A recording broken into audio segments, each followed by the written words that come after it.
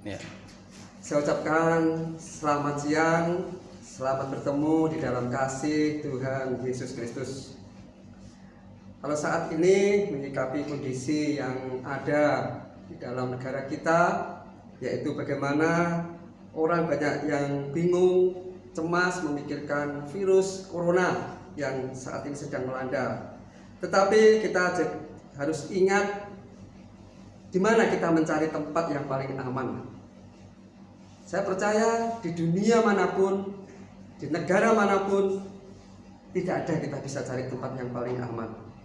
Tetapi ada satu di dalam Tuhan, bahwa Tuhan itulah satu-satunya tempat yang paling aman.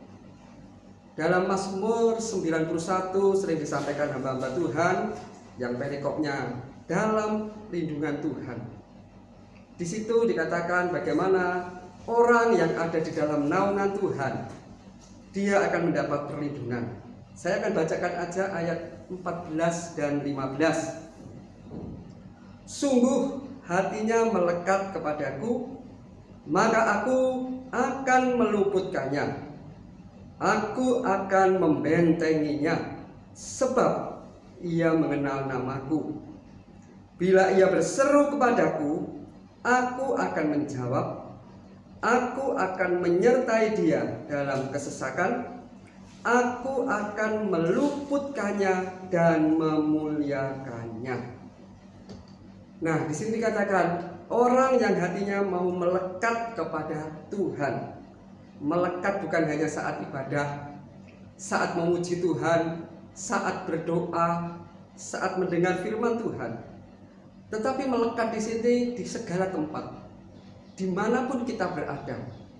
Bagaimana kita bisa melatih, menjaga hati kita untuk selalu bisa melekat kepadanya. Inilah kunci. Karena janji Tuhan dikatakan, apabila ia berseru kepadaku, aku akan menjawab, aku akan menyertai dia dalam kesesakan. Aku akan meluputkannya dan memuliakannya. Sekarang bagaimana menjaga hati kita supaya tetap melekat kepada Tuhan?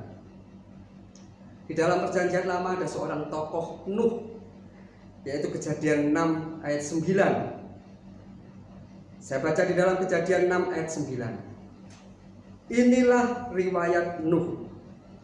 Nuh adalah seorang yang benar dan yang tidak bercela di antara orang-orang sejamannya.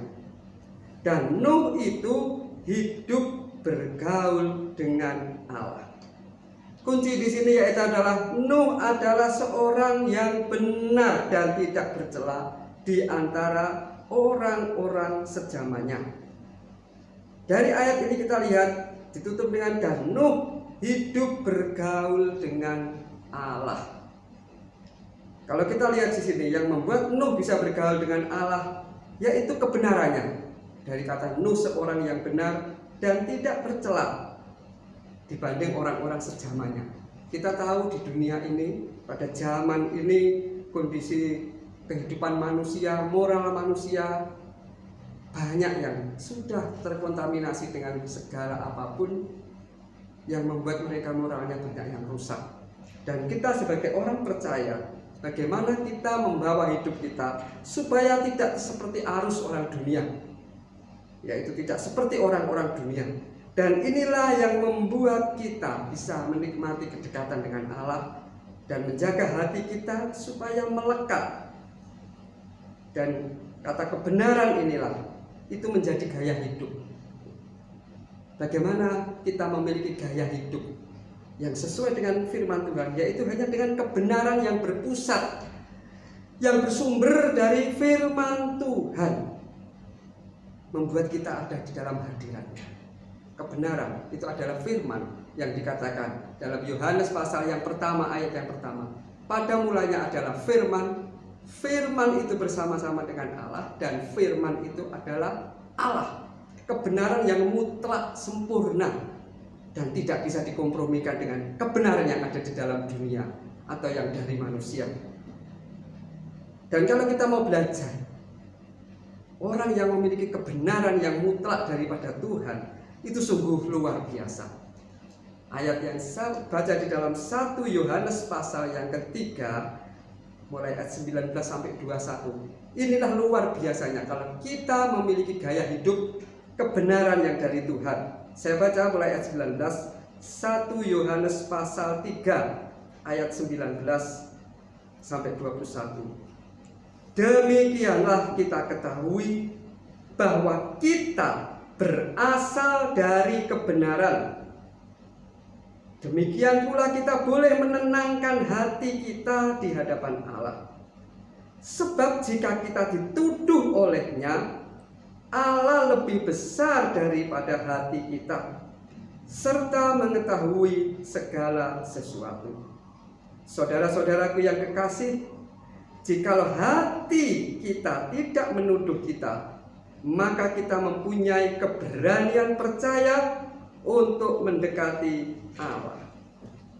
Nah, orang yang mau belajar menempatkan hidupnya sesuai dengan kebenaran firman Tuhan, saya percaya kalau hatinya nuraninya masih hidup, ada beberapa yang menuduh karena dia sadar dia sering melanggar kebenaran itu. Karena itu dikatakan ketika kita benar-benar berasal dari kebenaran itu, kita boleh menenangkan hati kita di hadapan Allah.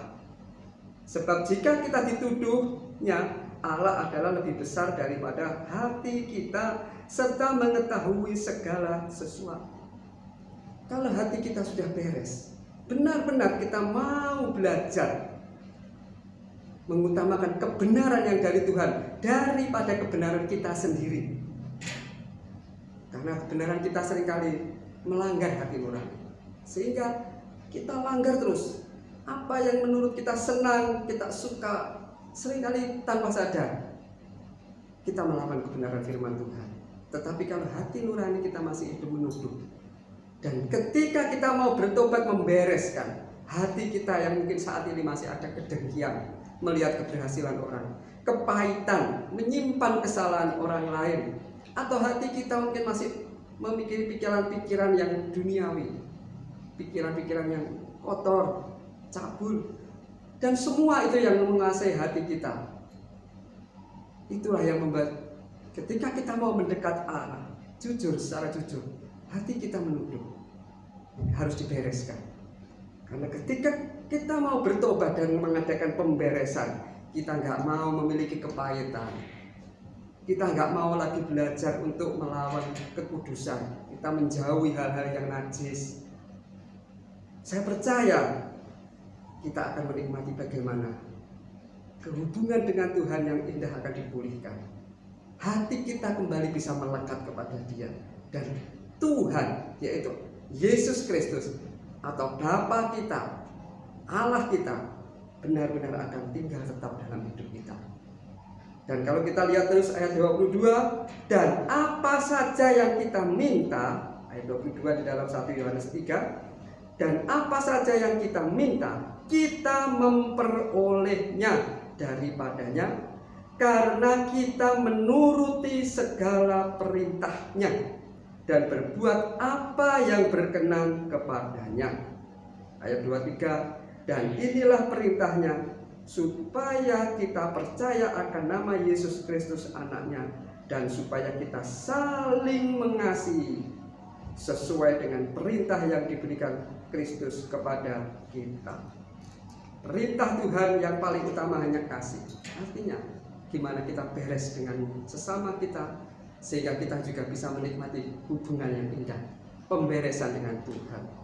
Kasih itulah kuncinya, semuanya kita bereskan, supaya kita memiliki hubungan yang indah dengan sesama kita.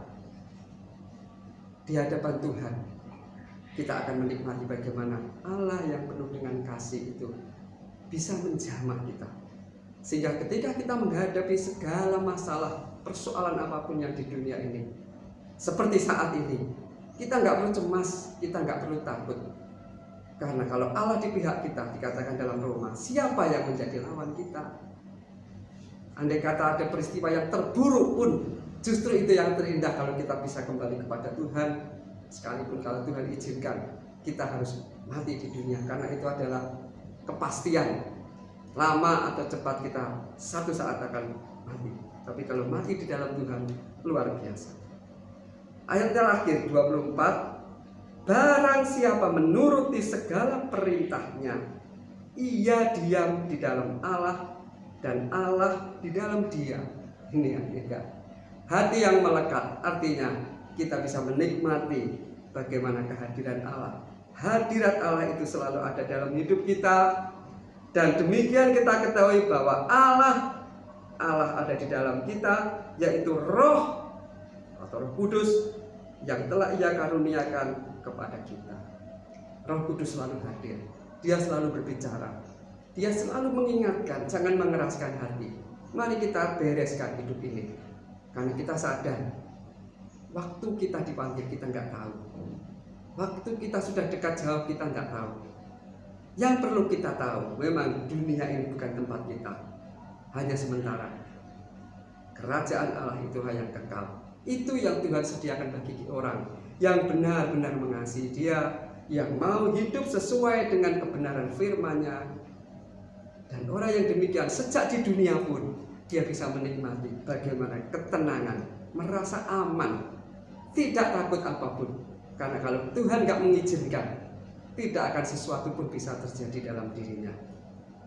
Kiranya renungan firman Tuhan ini memberkati kita semua. Kita akan tutup dalam doa. Terima kasih Bapa di surga, terima kasih Tuhan Yesus Kristus, terima kasih Roh Kudus. Kami mengucap syukur untuk firman-Mu, untuk pesan-pesan-Mu yang sudah Engkau berikan kepada kami. Kiranya melalui apa yang sudah kami terima ini memberkati dan mengingatkan kami. Kami tidak perlu takut, kami tidak perlu cemas kalau Engkau beserta kami, karena hidup kami hanya di dalam rencana-Mu, di dalam tangan-Mu. Tidak ada sesuatu pun yang bisa menghancurkan hidup kami kalau Engkau beserta dalam hidup kami.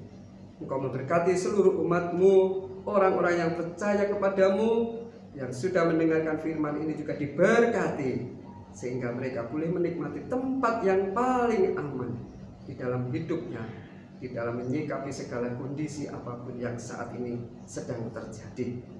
Terima kasih, dan apa ingin kita sama-sama menikmati berkat Tuhan. Kiranya berkat, damai sejahtera, sukacita dari Bapa di dalam kerajaan surga, cinta kasihnya daripada Tuhan Yesus Kristus, persekutuan dan perhidupan daripada Roh Kudus senantiasa menyertai kita semua, baik saat ini maupun sampai selama-lamanya. Amin. Tuhan Yesus memberkati.